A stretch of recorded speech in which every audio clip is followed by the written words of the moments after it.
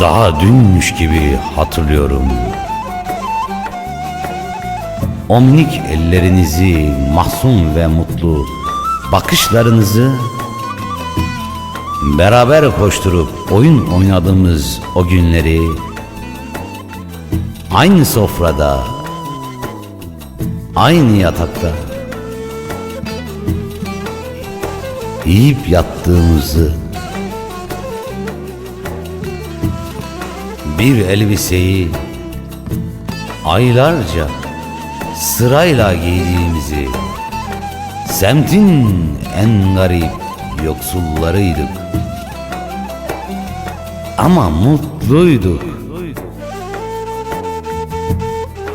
Sabahları vitaya, öğlen bulgur, akşam bulgur,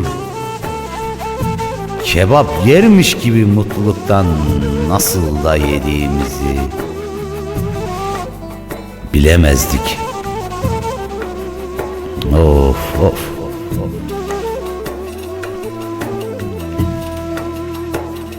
Ne oldu bize şimdi? Nefret kusuyorsunuz bana. Unuttunuz öyle mi? O günleri öyle mi? Hani tek vücuttuk? Ne oldu bize? Kim bozdu bizi? Beni görmeye bile tahammülünüz yokmuş be.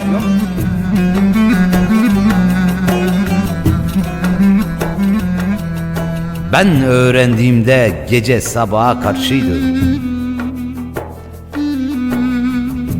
Dışarıya çıkarak kaç gün yürümüşüm o ayazda bilmiyorum.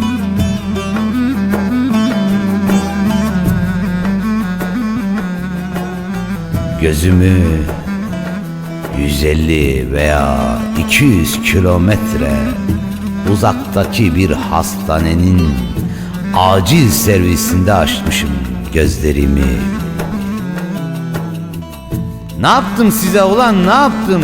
Allah'ın aşkına anlatın, benim aklımı alacak kadar sizlere ne yaptım? Ne kötülüğüm oldu? Yalvartmayın beni, söyleyin.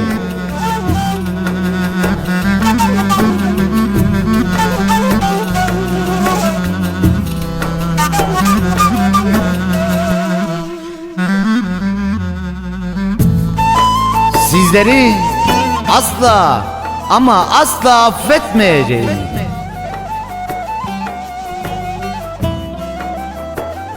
Allah'ım, sen kulum dersin, affedersin.